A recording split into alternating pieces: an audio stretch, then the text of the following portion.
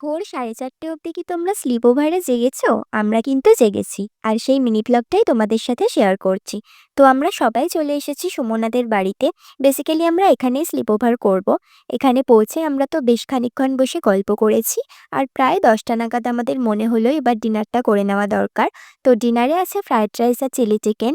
আর chilli চিকেনটা তো প্রচণ্ড স্পাইসি ছিল। তো আমি ধুয়ে খাচ্ছিলাম চিকেনগুলো। যাই হোক ডিনার করে নিয়ে আমরা বেডশেড করে ফেললাম অ্যান্ড আমরা ঠিক করেছিলাম সারারাত মুভি দেখব। তো আমরা ডিসাইড করলাম যে গ্যাংস্টার ফিল্মটা দেখব। এখন তো প্রায় 1:30টার মতো বাজে। আমরা মুভিটা অর্ধেকের মতো দেখেছি। আর সবাই গেস করছিলাম নেক্সট কী হবে। তাই একটু ব্রেক নিয়ে আবার দেখা স্টার্ট করলাম। আর ফিল্মটার এন্ডিংটা খুবই প্যাথেটিক ছিল। ওইজন্য আমরা সবাই একটু স্যাড হয়ে গেছিলাম। দেন মুডটা ঠিক করার জন্য আবার একটা ফিল্ম দেখলাম। এটা সেরম ভালো লাগেনি আমাদের। আর এই মুভিটা কমপ্লিট করে ঘুমোতে তো আমাদের প্রায় 5টার মতো বেজে গেছিল। সো এইভাবেই কাটলো আমাদের সারা রাতটা মজা করে।